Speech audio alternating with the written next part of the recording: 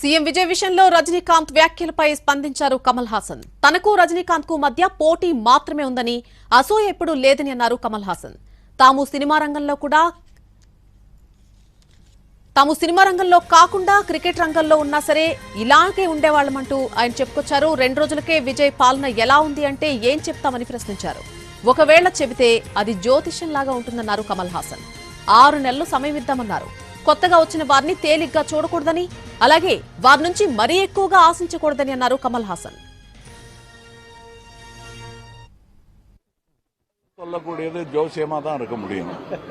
6 நாள்ல சொல்லக்கூடியது அப்படிதான் இருக்க முடியும். 15 நாள்லயும் அப்படிதான் இருக்க முடியும். அதான் ஒரு 6 மாசம் டைம் கொடுக்க வேண்டாமா? புதியவர்கள் வந்திருக்காங்க நிறைய பேர். அதனால புதியவர்கள்ங்கிறது புதுசு கிடையாது அரசியலுக்கு. சுதந்திரம் இந்தியா கிடைச்ச போது எல்லாருமே புதிய மினிஸ்டர்ஸ் தான். அதனால புதியவர்களை நம்ம கம்மியாகவும் எடை போட வேண்டாம், ரொம்பவும் எதிர்பார்க்க கூடாது.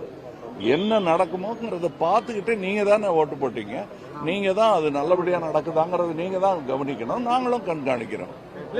ஒருவேளை கமலஹாசன் முதல்வராக வந்திருந்தாருன்னா கூட நான் பொறாமப்பட்டிருப்பேன் ஒரு மாதிரி ஒரு சிரிப்பலையோட சொல்லியிருக்காரு. சிரிப்போட தான் சொன்னாரே தவிர நாங்க 2 பேருமே ஒருத்தர் பார்த்து பொறாமப்பட்டது கிடையாது. போட்டி போடுவோம், பட் பொறாமப்பட்டது கிடையாது. We are the best sportsman you can find in Tamil Nadu.